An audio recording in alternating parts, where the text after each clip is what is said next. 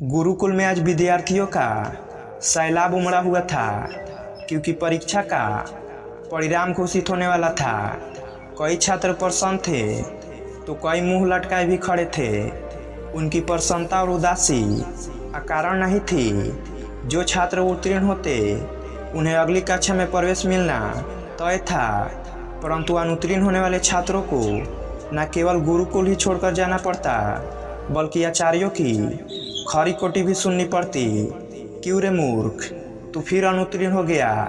तुझे मैंने समय रहते समझाया था ना कि यदि इस बार उत्तीर्ण ना हुआ तो गुरुकुल से बाहर निकाल दिया जाएगा। एक आचार्य एक किशोर विद्यार्थियों को डांट रहे थे और वह बेचारा चुपचाप सुन रहा था। डरते डरते उसने गुरुकुल के प्रधान आचार्य से निवेदन किया, आचार्य देव, मैंने अपनी तरफ से तो पूर्ण प्रयास किया था, परंतु निर्मल स्मरण शक्ति के कारण मैं जो कुछ भी याद करता हूँ उसे थोड़ी देर बाद ही भूल जाता हूँ। कृपया मुझे एक अवसर और देने की कृपा करे। यदि तुझे कुछ स्मरण ही नहीं रहता तो फिर तू कैसे उत्तीर्ण हो पाएगा, और तेरे विद्याधन करने का भी क्या लाभ होगा? यदि देवता भी तुझ पर कृपा करे ना तो भी तू जैसे जड़ बुद्धि को उत्तीर्ण नहीं करा सकते।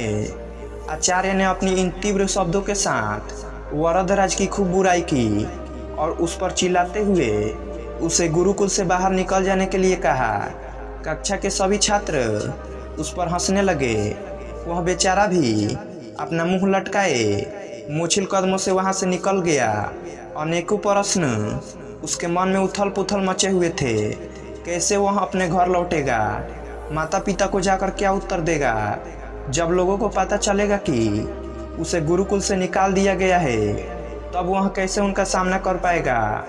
वरदराज का हृदय बैठा जा रहा था। आखिर उसने अपनी ओर से तो भरसक प्रयत्न किया था, रात भर बैठकर पढ़ाई की थी, लेकिन यदि फिर भी उत्तीर्ण ना हो सका तो वह क्या कर सकता था? सवालों के भंवर में फंसा वह अपने गांव के पास भी आ पहुंचा था, क्योंकि धूप बहुत तेज हो चली थी। इसलिए उसने थोड़ा विश्राम करने का निश्चय किया। गर्मी की इस तपती दोपहर में सूरज की तेज रोशनी सबको जला रही थी, पर यहाँ भूख भी उसे बेहाल किए हुई थी। इसलिए पास के कुएं की जगह पर बैठकर ही उसने सत्तू खाने का निश्चय किया, जिसे वह गुरुकुल से लेकर चला था। कुएं पर कई लोग खड़े थे।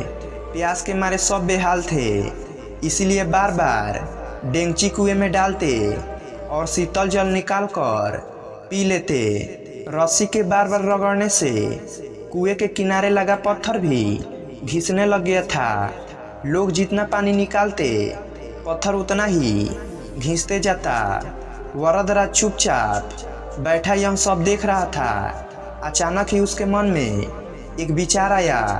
वह सोचने लगा, यदि केवल जूट के बनी एक रस्सी से कठोर पत्थर घिस सकता है, तो यदि मैं परिश्रम करूं तो क्या सफल नहीं हो सकता? आखिर दिमाग पत्थर से ज्यादा कठोर तो है नहीं। वरदराज के मन में आशा की ज्योति जगमगा उठी। वह उठ खड़ा हुआ और तुरंत उसने निश्चय किया कि वे वापस गुरुकुल लौट जाएगा और फिर से अध्ययन आरंभ करेगा। वह घर के समीप आ गया था, पर घर न जाकर वापस गुरुकुल लौट आया। उसके साथी उसे देखकर आश्चर्यचकित थे। उसकी बात सुनकर आचार्य ने पहले तो उसे बहुत झटका और उसकी बहुत बुराई की, पर फिर उसके बहुत अंगने विनय और बहुत प्रार्थना करने पर द्रवित होकर उसे गुरुकुल में दोबारा प्रवेश दे दिया। इस बार वरदराज ने अध्ययन में रात दिन एक कर दिया, और जब परीक्षा का परिणाम आया तो संपूर्ण गुरुकुल स्थापित था। वरदराज न केवल उत्तीर्ण हुआ था, बल्कि उसने संपूर्ण विद्यालय में प्रथम स्थान प्राप्त किया था। एक समय जड़ मूर्ख समझे जाने वाला यह बालक आगे चलकर संस्कृत का बहुत बड़ा विद्वान बना। उसने कई अद्भुत ग्रंथों की रचना की। छात्र उसकी शिष्या बनना गौरव की बात समझते थे, पर यह सब किसी जादू से संभव नहीं हुआ था। यह आश्चर्यजनक परिणाम उपजा था।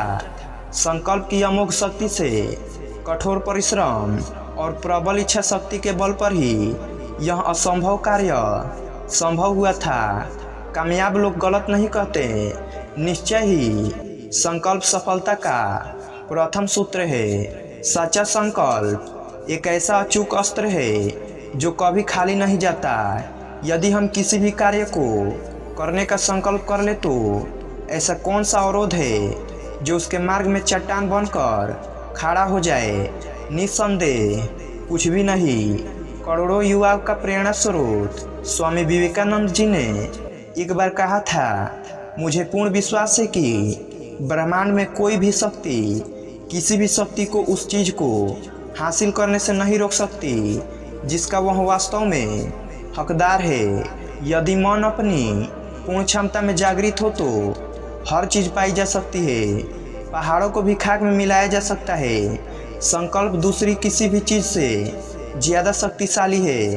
प्रबल इच्छा शक्ति के सामने हर चीज को झुकना ही पड़ता है, क्योंकि यह सीधे भगवान से आती है। एक शुद्ध और शक्तिशाली संकल्प सर्वशक्तिमान है। धन्यवाद।